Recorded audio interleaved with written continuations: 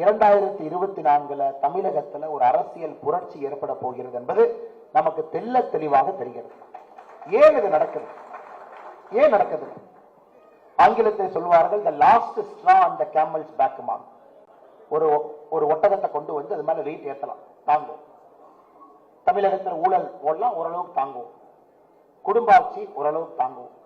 ஜாதி அரசியல் ஓரளவுக்கு தாங்குவோம். அடாவடித்தனமான அரசியல் ஓரளவுக்கு தாங்குவோம். அந்த ஒட்டகத்தின் முதுவின் மீது வெயிட் ஏத்த ஏத்த தாங்கிட்டே இருக்கும். கடைசியாக இதுக்கு மேல ஏத்த முடியாதுன்னு ஒரு ஸ்டேஜ் வருங்க. அப்ப என்ன சொல்லுவாங்கன்னா last straw on the camel's back. அவ்வளவு வெயிட் ஏறி முதுகு உடையாம நிற்கக்கூடிய அந்த ஒட்டகம் கடைசியா ஒரே ஒரு குச்சி எடுத்து மேல வச்சீங்கன்னா முதுகு உடைச்சிருக்கும். இன்னைக்கு தமிழகத்தினுடைய நிலைமை ஊழலாட்சி, குடும்ப ஆட்சி, ஜாதி அரசியல், அடாவடித்தனமான அரசியல் என்பது அந்த ஒட்டகத்தின் மீது முதுவின் மீது ஏற்றுவதை போல தமிழக மக்களின் மீது சுமையாக பாரமாக ஏற்றி ஏற்றி வச்சிருக்கிறார்.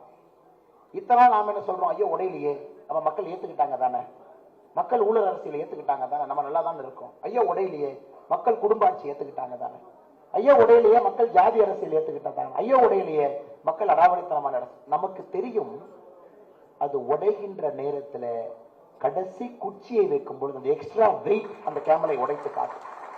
அது 2024 பாராளுமன்ற தேர்தலில் தெல்ல தெளிவாக நம்ம அனைவருக்கும் தெரியும்.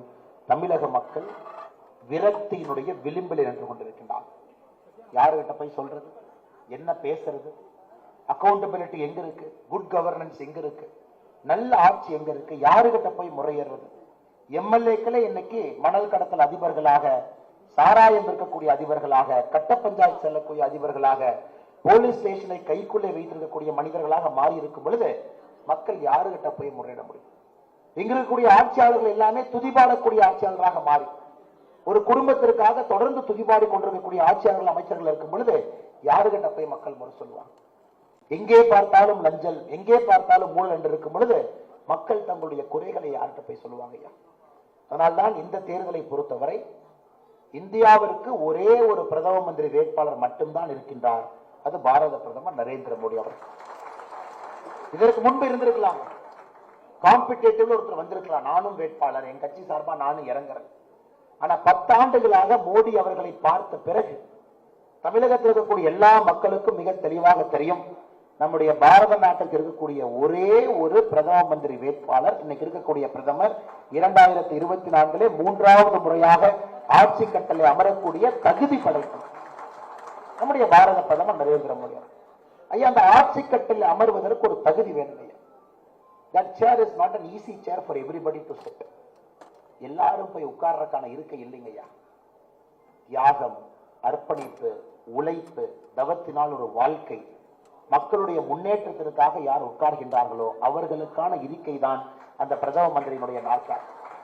இந்த அனைத்தையுமே 10 ஆண்டு காலமாக ஒரு நாளும் பாரத பிரதமர் நரேந்திர மோடி அவருடைய வேலைகள், நடவடிக்கைகள், அவருடைய பேச்சுக்கள் நமக்கு திரும்ப திரும்ப உணர்த்தது, இந்த சேரில் உட்காரக்கூடிய முழு தகுதி படைத்த ஒரு மனிதன் பாரத பிரதமர் நரேந்திர மோடி அவர்கள் தான் ஒரு நாள் உணர்த்தார்.